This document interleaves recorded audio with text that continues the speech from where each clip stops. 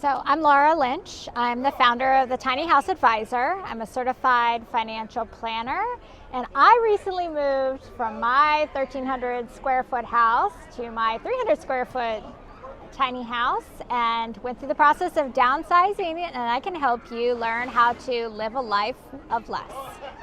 I grew up in the woods in Virginia, and I grew up in a traditional sort of American dream house situation, but my parents and my grandparents built their own houses. So I learned a lot about DIY, sweat equity, about creating value with your own hands. And so I did all the things you're supposed to do, followed the conventional path, climbed the career ladder, owned a couple of, traditional homes. And then the pandemic came.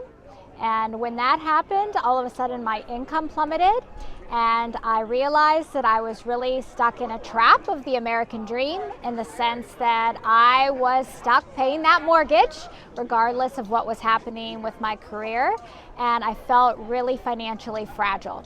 And so that is when I decided that we should move into our tiny house and get rid of the American dream path, and I launched the Tiny House Advisor to help other people do the exact same thing, and that is to create financial resilience through tiny living. All the screens everywhere all the time are doing a very good job of trying to take our money out of our wallets, and all day long people are trying to sell us things, and we have this sense of comparison where we're trying to keep up with our friends and our family and our neighbors, and it causes us to get in these cycles of consumption. In fact, anytime you listen to the market news like I do, you will hear that 70% of the economy is based on the American consumer, but that consumption also leads us to being financially strapped and unable to create some financial security for ourselves. And so anytime we can constrict the size of our home and really just prioritize fewer, better quality things, then we will spend less, and it will give us an opportunity to save more. But even beyond just the simple home accessories or clothing and that sort of thing, really our lifestyle decisions about our housing can have a much bigger impact than saving an extra 2% in our 401k, because the reality is the American dream, on average, national averages $430,000, but you can buy a very nice tiny home for a third of that price. You can pay it off so much faster, and then that debt-free position allows you to save a lot more of your income. It also allows you freedom of choice in how you spend your time. So it is just a significant shift, but we have to deprogram ourselves from the way that we were all trained to think about consumption and about having the big house and about the American dream, and we have to choose a different path. Yeah, so there's all kinds of realms of alternative living. One of the ideas that I've recently had on my own podcast is about co-housing, co-purchasing of homes, right? Because the availability of homes in this country, they're all way too big and way too expensive. And so co-housing, co-ownership is another means for achieving a roof over your head, sharing resources, sharing responsibility, also splitting ownership, equity, and wealth building in the homes that do exist and are out there.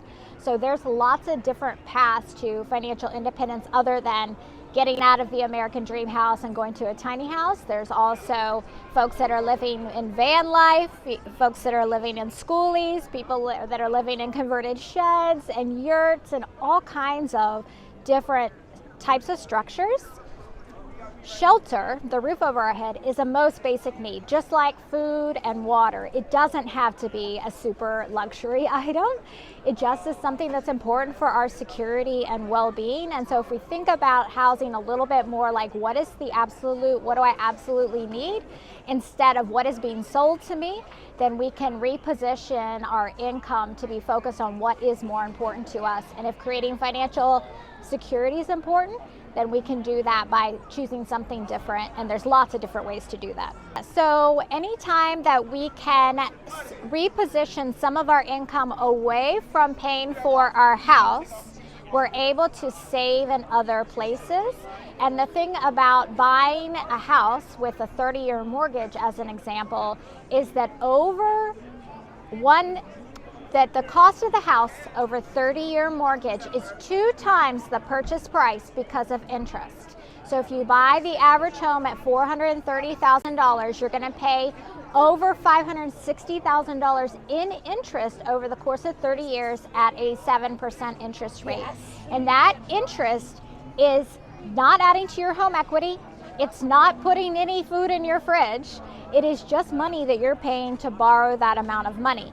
So if instead you take that same $460,000 that you're not paying on interest and you save it somewhere over 30 years, then you're that much more far ahead when it comes to financial independence.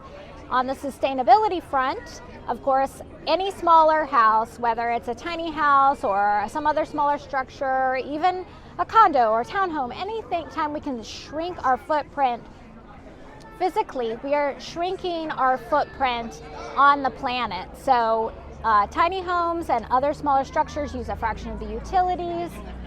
They cost less to us and to the earth.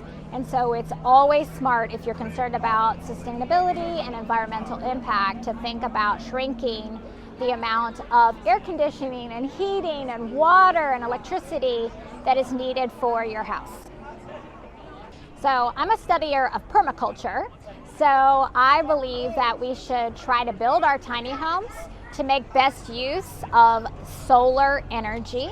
So my tiny house is positioned so that the broad side of it is facing south. I put a lot of windows in that south side. I'm in a climate where that solar heat comes in and heats up that space and reduces my heating cost. So that, to me, is a really important thing. We often build houses for our best view, or put our windows towards our best view, instead of putting them to where they're going to gather heat from the sun to warm our space.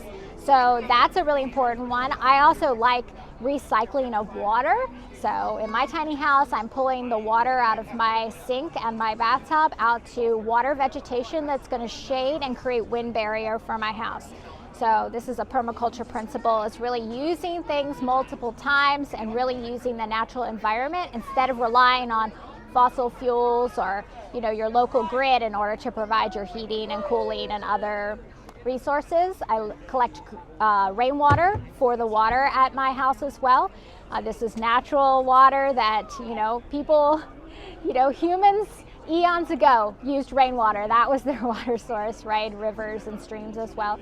And so I believe in using that rainwater for as much as we can, and therefore drawing less from the aquifer. So there's a lot of interesting ways to make your tiny house more sustainable, and relying on some of those permaculture principles is what I've done. So for those folks who want to pursue financial freedom through tiny or alternative living, the first thing that they have to accomplish is the where part, because you're not able to, very often in urban metro areas, go out and buy yourself a lot in a neighborhood and put a tiny house on it. So understanding the rules in the area in which you want to live is really important. There are lots of tiny home communities that are popping up, if that's of interest to you, lots of development in that space, but figuring out the where. So going to resources like the Tiny Home Industry Association or your local building and zoning department, those are really important to start to figure out the where. And then the second is the money part, because there are not yet mortgages for tiny houses, and so there's different financial avenues that you can pursue, but it really depends on the type of house that you're looking at. So if you're looking outside of the traditional single family residence, townhouse, condo, you have to figure out the nuances of the money. And so, working with folks like me who happen to be able to help you figure that out can be useful.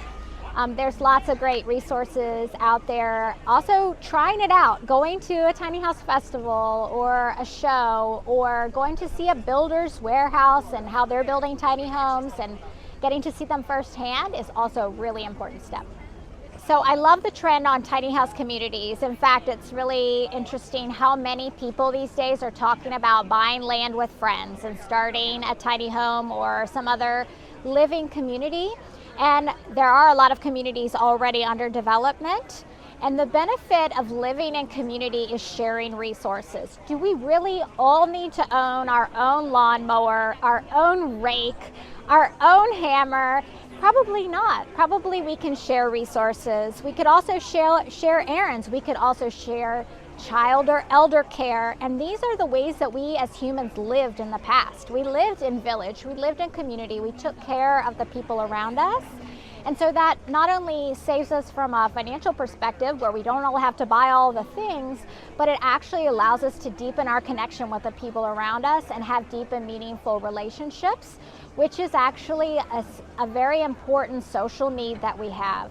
And so living in community, though it can be something that has to, you have to work on it, right? Like any relationship, some work is involved in creating the right relationships there. There are tools out there that can assist with that, but the benefits are so significant. They're financial, they're resource-based, they're relationship-based. Living in community also, it allows us to be lighter on the earth.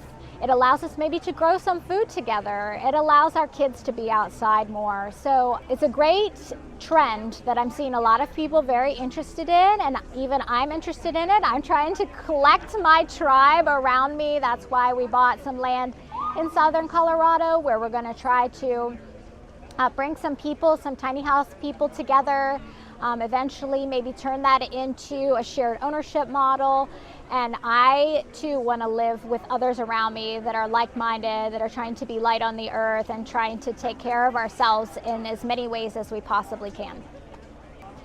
So I would love to be an inspiration for others, and the way that I'm sharing our process on my podcast and through the work that I do, I am hoping to inspire and motivate other people to take action on creating community, to creating a sustainable lifestyle for themselves, to create financial independence and not be so stuck on the hamster wheel of the American dream, but instead able to choose a different path, and to do that with other people that they find that they can create a sense of community and a sense of caring. So I am hoping that I am inspiring others and putting my work out there in the world and showing the way, because I'm not a genius. If I can do it, anybody else can do it. It's just a matter of planning it out, because everything has some complications to it. And so it takes some research and it takes some planning and it takes some work. But in the end, doing the work ourselves is where we really add value. While we're here in this beautiful journey that we're on in life, we have this opportunity to create impact for ourselves. And so I'm hoping to create impact and help others to do so.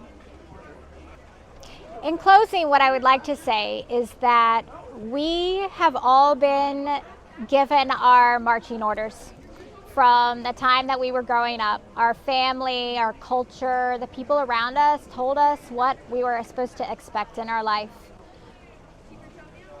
But life has changed, and the world has changed, and our economy has changed. And the path that we thought was going to work for us isn't working for us. So we need to dig deep within ourselves to understand what is truly me and what is truly important to me, and execute on that, because that is how we will create a life that is beautiful and unique and is worth telling a story about. And so for folks that might want to talk more about their values or learn more about me and the work that I do, you can find me at thetinyhouseadvisor.com and hear all my interviews on my podcast, Less House, More Moolah.